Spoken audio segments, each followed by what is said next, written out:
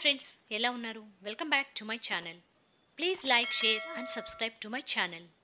విజయవాడలోని పవిత్ర కృష్ణానది ఒడ్డున ఉన్న ఇంద్రకీలాద్రి కొండపై ఉన్న పురాతన దేవాలయం కనకదుర్గ ఆలయం.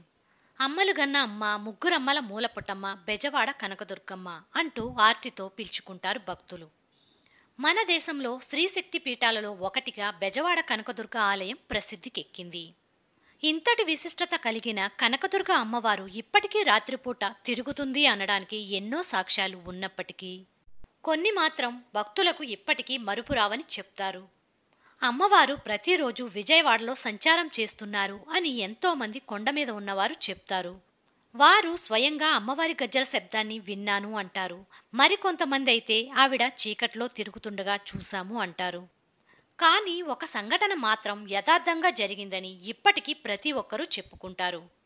ఈ సంఘటన 1950లో జరిగిందని, అమ్మవారు ఒక రిక్షా కార్మికుడికి దర్శనం ఇవ్వడమే కాక అతని రిక్షా ఎక్కి మరీ ఇంద్రకీలాద్రి వరకు వెళ్లి నేను ఉన్నాను అని నిరూపించింది అని చెప్తారు. ఆ సంఘటన ఏంటి, అమ్మవారు అతనికి ఎలా దర్శనమిచ్చింది అనేది తెలుసుకుందాం.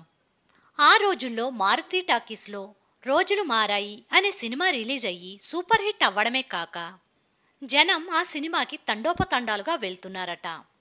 సినిమాకి వచ్చేపోయేవారిని ఎక్కించుకోవడానికి రిక్షా వాళ్ళు రెడీగా ఉంటారుగా, అలాగే వెంకన్న అనే రిక్షా అతను సెకండ్ షో సినిమా అయిన తరువాత వచ్చేవారిని ఎక్కించుకోవడానికి చూస్తూ ఉండగా జనంలో నుంచి ఒక ఆవిడ నడివయసులో ఉండి ఎర్రచీర కట్టుకుని నిండు ముత్తైదువులా చేతి నిండా గాజులు, తలలో పూలు, నుదుటిన పెద్ద బొట్టు పెట్టుకుని వెంకన్న రిక్షా వైపే వస్తూ ఉన్నదట. ఆవిడ సినిమా హాల్లో సినిమా చూడడం అయితే ఎవరూ చూడలేదు, కానీ బయటకు రావడం మాత్రం నిజం. వచ్చి ఏవయ్యా ఇంద్రకీలాద్రి వస్తావా అని అడిగిందట. అతను సరే అమ్మా ఎక్కండి వస్తాను అని చెప్పి ఆమెను ఎక్కించుకుని రిక్షాలో వెళ్తున్నాడట వెంకన్న. సెకండ్ షో అంటే 12 గంటల ఆ సమయం కదా, కటిక చీకటి, రోడ్డుపైన ఎవరూ తిరగడం లేదు. రోడ్డంతా నిర్మానుషంగా ఉంది. అప్పట్లో ఇంద్రకీలాద్రి మీద అమ్మవారు తిరుగుతుందని, కనిపించిన వారిని బలి తీసుకుంటుందని జనం భయపడేవారు. అందుకే రాత్రైతే ఎవరూ బయటకు వచ్చేవారు కాదట.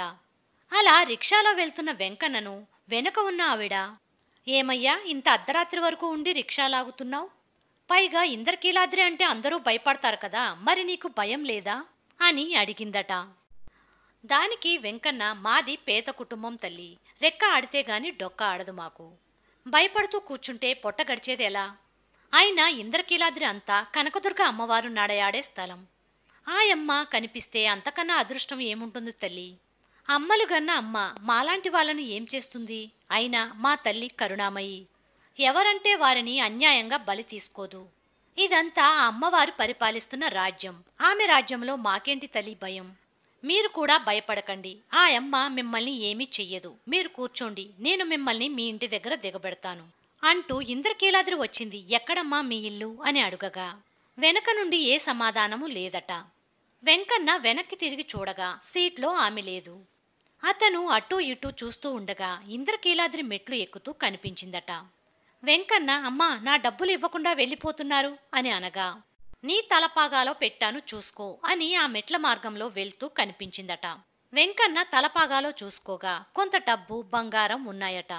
తిరిగి చూడగా మెట్ల మార్గంలో నుండి వెళ్తూ అంతర్ధానం అయిపోయిందట అమ్మవారు. అప్పుడు వెంకన్న అందర్నీ పిలిచి ఈ విషయం చెప్పగా ఎవ్వరూ మొదట్లో నమ్మలేదు. తరువాత అతను దుర్గమ్మ ఇచ్చిన బంగారం, డబ్బు చూపించి మెట్ల వైపు ఆమె వెళ్ళింది అని వివరించగా అందరూ ఆ దుర్గమ్మే నీ రిక్షా ఎక్కింది, నువ్వు ఎంతో అదృష్టవంతుడివి అన్నారు. అప్పట్లో ఈ వార్త పెద్ద సంచలనమే అయ్యింది.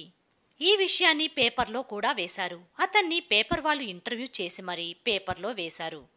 అతను చాలా కాలం విజయవాడలోనే ఉంటూ అమ్మవారిని పూజించేవాడట. అతను అమ్మవారి భక్తుడు. అంతమందికి కనిపించకుండా అతనికే ఎందుకు కనిపించింది అనే డౌట్ కూడా మనలో చాలా మందికి వస్తుంది. అతనికి అమ్మవారిపైన నమ్మకం ఉంది. అందరూ భయపడినా అతను భయపడకుండా నమ్మకంగా ఉన్నాడు. అమ్మవారే అతనిని కాపాడుతుంది కదా, ఎందుకు బలి తీసుకుంటుంది అని అతనికి ఒక పక్క భక్తి ఉంది, నమ్మకం కూడా ఉంది. అలాంటి వారికే కనిపిస్తారు దేవతలు. అలా దేవతలు ప్రత్యక్షం అవ్వాలి అంటే పూర్వజన్మ పుణ్యం కూడా ఉండాలి. అతను బహుశా పూర్వజన్మలో అమ్మవారిని ఆరాధించి ఉండవచ్చు. అలా అమ్మవారు నేనిక్కడే ఉన్నాను అని తెలియచెప్పడానికి చేసిన ఒక లీల ఇది. ఇక అమ్మవారు ఒక 5 సంవత్సరాల క్రితం చేసిన లీల. అమ్మవారికి దసరా ఉత్సవాలు చేసే ఎగ్జిక్యూటివ్ ఆఫీసర్ గారికి స్వయంగా అమ్మవారే వచ్చి ఒక పువ్వు చేతిలో పెట్టి అంతా సవ్యంగా జరుగుతుంది పో అన్నారట.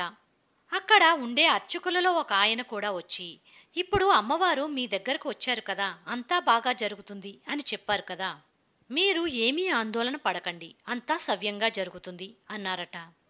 కాని ఆవిడ నమ్మలేదు. ఎవరో ఒక ఆవిడ వచ్చి చెప్పింది. అమ్మవారు ఎలా చెప్తారు అనుకుని వీళ్ళు ఎందుకిలా చెప్తున్నారు, నిజంగా అమ్మవారే వచ్చిందా అని సీసీటీవీ ఫొటోస్లో చూడగా చేతిలో పువ్వు ఉంది కానీ ఇచ్చిన ఆవిడ మాత్రం కనిపించలేదట. అమ్మవారు ఏ రూపంలో వస్తారో ఎవరికీ తెలియదు. మనం చూసే రూపంలో రావాలని లేదు కదా, ఎలా అయినా వచ్చి మనకు అభయాన్నిస్తుంది అమ్మవారు.